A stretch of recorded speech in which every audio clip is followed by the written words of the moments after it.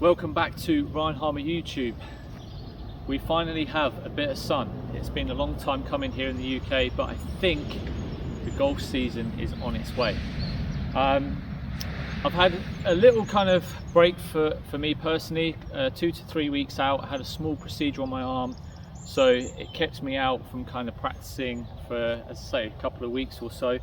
But now I'm fully back to it and getting ready for the season ahead. And today I want to just take you through a little short game session that I like to do to kind of sharpen my short game ahead of the season that's fast approaching. My first event's going to be in around a month's time on the Clutch Pro Tour, so I'm going to be documenting, uploading it for you guys, how I'm going to be preparing for the season ahead, and then take you along for that journey as well. But as always, you can find out more information on my website at ryanharmergolf.com. I'll drop the link to that in the comments below. So what have we got today then? So we have around about a 20-yard kind of chip shot here, and you'll notice that I've got some cones set up. Now what this kind of represents is I've got basically a 3-foot kind of semicircle of cones around the hole, which actually is a full circle. I just use a semicircle so the cones don't get in the way of the balls. And then I have 4 different cones kind of in a ladder going towards the hole. Now this represents basically where I want to try and land the ball for it to then finish inside that 3-foot circle around the hole. So the kind of concept is really kind of giving yourself the visuals of what you have option wise over a particular shot. So what I like to think about is essentially over one kind of chip shot or pitch shot, you almost have 3 or 4 different options to play this particular shot. So these kind of cones that I have in the ladder set up indicate kind of your landing spots that you're going to be trying to land your ball in to then get it to the hole. Now the point of this game is basically, as I say, you start kind of at the first cone, so that will kind of represent a more lower running shot, and then as you progress obviously up towards nearer the hole, you're going to need to hit more of a higher kind of spinny shot to get the ball to land softer and finish it inside that circle around the hole. So I really like this game because it gives me a good kind of visual idea of playing different kind of slightly different shots within that one particular shot scenario, and also it helps kind of improve my versatility around the greens, so I'm not just hitting one particular shot every single time. It's actually improving my skill set where I can change between, say, a lower running shot or a higher spinny shot, shall we say. So I'm going to take you through this game, and hopefully you will be able to do this as well at home. You don't need to really do too much with it. You can just set up either with tees or golf clubs as well on the floor. You don't have to use cones, but as I say, it's a really good visual for representing how you can land your ball in a particular point and get it to finish around the hole. So I also like to use kind of 3 different wedges.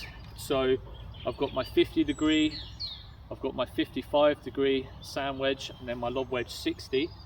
And obviously I'm going to be changing my clubs as I go up towards the last cone. So starting with the first cone, got to try and land it obviously by that cone. I like to give myself kind of a yard or a foot window either side for it to basically land in, and then if I finish the ball inside the circle around the hole, I can then move up to the next cone.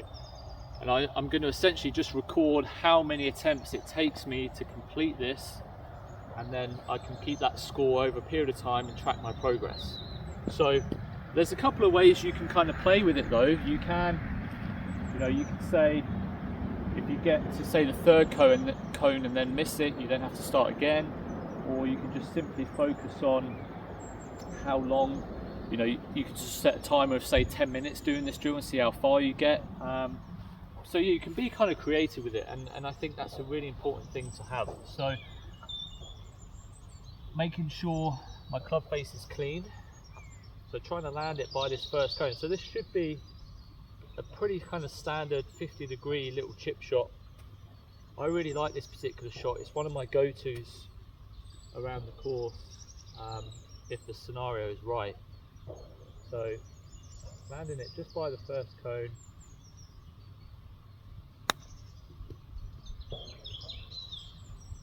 Landed it slightly short, so I think that's just short of actually the 3-foot circle there. So that's one ball. Just got to hit this a slightly bit harder.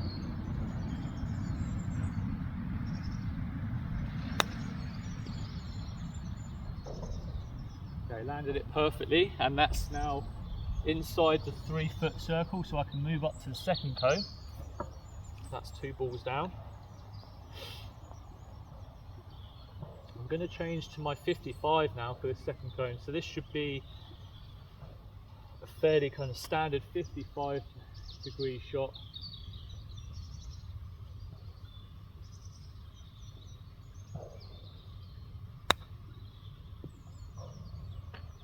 Landed it a bit far, which is interesting because that also was going to go long of the 3-foot circle.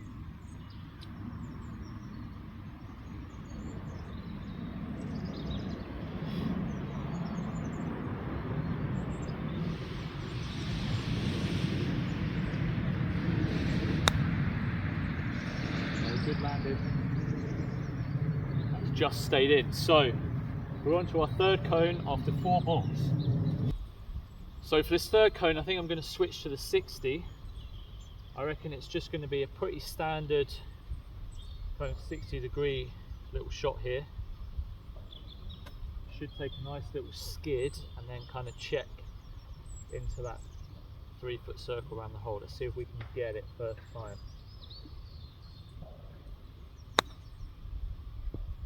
Yeah, played that absolutely perfectly. Okay, so that's 5 balls in onto our last cone. So this is just going to be a little kind of more floppy, kind of spinny shot now for that last cone, because I don't have much room to land it and stop it before the circle around the hole. So key thing is to really kind of feel and visualize how you want to play that shot, visualizing your landing spot, being really kind of precise with that, I think really helps, especially in your feel around the short game.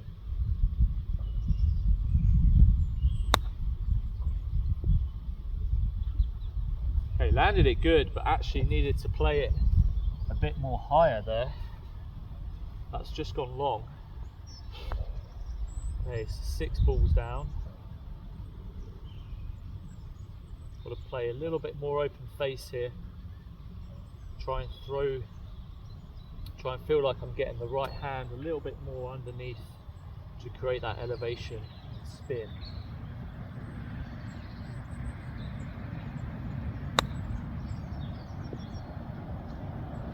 Played it really well, but just landed short of the cone.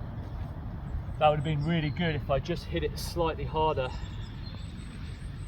Okay. You'll notice as well that I'm also cleaning my club face after every shot. That's really important for your control around the greens. I couldn't emphasize enough, using a clean club face makes all the difference in controlling your ball around the greens. Especially this time of year where it's kind of muddy and wet and dewy in the mornings, you certainly need to have that club face clean. It's going to give you the maximum opportunity to control. Okay, we'll wait then, let's see what we can do.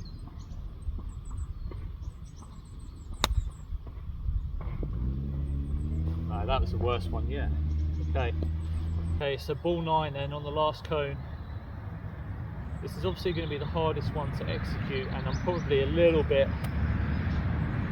rusty after taking some time out. Haven't really spent a load of time doing short game, but this is why I like this drill.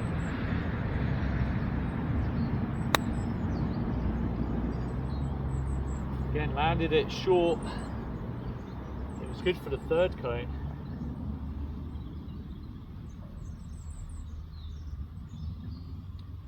But yeah, as I say, it's really good for kind of pinpointing any particular shot that you're maybe just a little bit weaker at.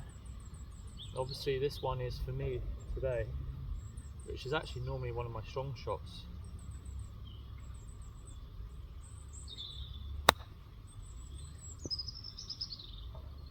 Oh, landed it perfectly, but it just skipped through. Okay, ball 11. Got to try and get this in.